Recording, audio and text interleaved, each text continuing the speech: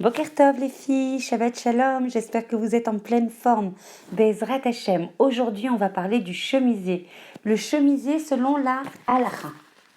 Il est obligatoire de s'assurer qu'aucun endroit, quel qu'il soit, devant être couvert, ne soit découvert, même pour un instant.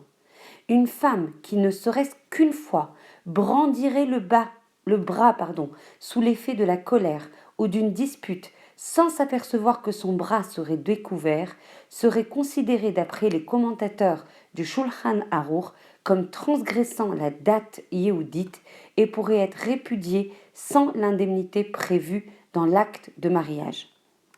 En conséquence, le vêtement devra assurer qu'à tout moment et en toutes circonstances, le corps et le sous-vêtement restent couverts, comme par exemple en faisant des courses, en pliant une poussette, en laçant les chaussures d'un enfant ou dans toute autre situation dans laquelle on est appelé à se pencher ou à lever les bras.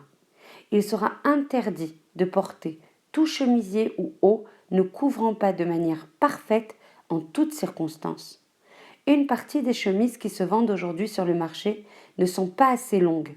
Chacune vérifiera donc par elle-même et s'assurera que sa chemise la couvre suffisamment, même lorsqu'elle se penche et même lorsqu'elle lève le bras. La vraie beauté s'exprime lorsque la pureté de l'âme éclaire à travers l'enveloppe extérieure qui est le corps. Un visage calme, un visage rempli de gdoucha témoigne de la qualité d'âme et de la pureté du corps. Car afin que la lumière de l'âme pénètre et irradie le corps, il faut que l'âme brille et que le corps soit propre et transparent.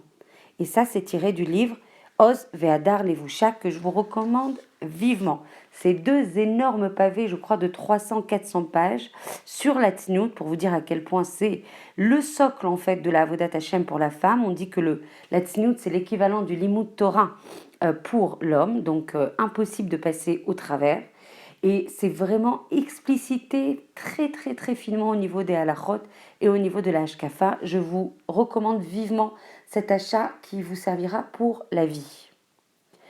L'audace du voleur. Une petite histoire. Lorsque l'identité du voleur fut démasquée, il avait déjà presque tout dépensé. Or son acte était d'autant plus répréhensible qu'il avait porté atteinte au bien du roi. On fixa donc la date du jugement, mais son sort était presque scellé d'avance. Attendant avec appréhension de recevoir le verdict, il eut soudain une idée. Il profiterait de la promenade matinale du roi pour l'accoster et le supplier de lui pardonner sa faute. Il attendit donc que la calèche royale passe à proximité de la route où il se trouvait et éclata en sanglots, faisant appel à la grâce du roi, le suppliant d'avoir pitié de lui, évoquant sa misérable situation financière qui l'avait poussé à agir stupidement. Lorsque le roi entendit les supplications, il s'arrêta, cherchant l'origine de ses pleurs. Quelle ne fut pas sa surprise quand il vit que celui qui l'implorait était vêtu, ni plus ni moins, de la cape du roi qu'il lui avait dérobée. Sa punition fut de suite augmentée. Il est écrit dans Dvarim, « L'Éternel ton Dieu marche au centre de ton camp pour te protéger et te livrer tes ennemis. Ton camp devra donc être saint. Il ne faut pas que Dieu voie chez toi une chose indécente, car il se retirerait d'avec toi. » Comment pouvons-nous avoir l'audace d'implorer le Créateur, d'implorer à Kadosh Baruch Hu de nous pardonner nos fautes et d'exaucer nos prières alors que nous apparaissons vêtus d'habits qu'il répugne et exècre. La tsniout est une qualité profonde qui doit être enracinée au fond de chaque femme juive et s'exprime par un raffinement de son comportement et de son habillement. De nos jours, malheureusement, l'impureté qui règne dans le monde a porté atteinte à l'authenticité de ce sentiment qui habitait naturellement nos ancêtres et nos grands-mères. Celle-ci était pour la majorité d'une sniout parfaite, et ce, de manière spontanée, sans qu'on ait besoin de leur en indiquer des règles ou des mesures détaillées. C'est pourquoi les rabbinim ont pensé qu'il était primordial d'enrayer les symptômes extérieurs d'impureté en attendant d'éliminer la racine à l'origine du fléau de l'indécence, à l'image d'un enfant souffrant d'une infection et à qui il convient de faire baisser la fièvre régulièrement, celle-ci n'étant que l'un des symptômes de sa maladie, jusqu'à que l'infection disparaisse. Vous l'avez compris, c'est très très important de comprendre que la tsniout en fait est enracinée en nous. On l'a vu dans les précédents cours, quand Akadosh Baruch Hu a créé Chava, il a soufflé sur chacun de ses membres et il lui a dit sois pudique, sois pudique. Donc ça veut dire qu'elle est intégrée en nous, cette mida de tsniout.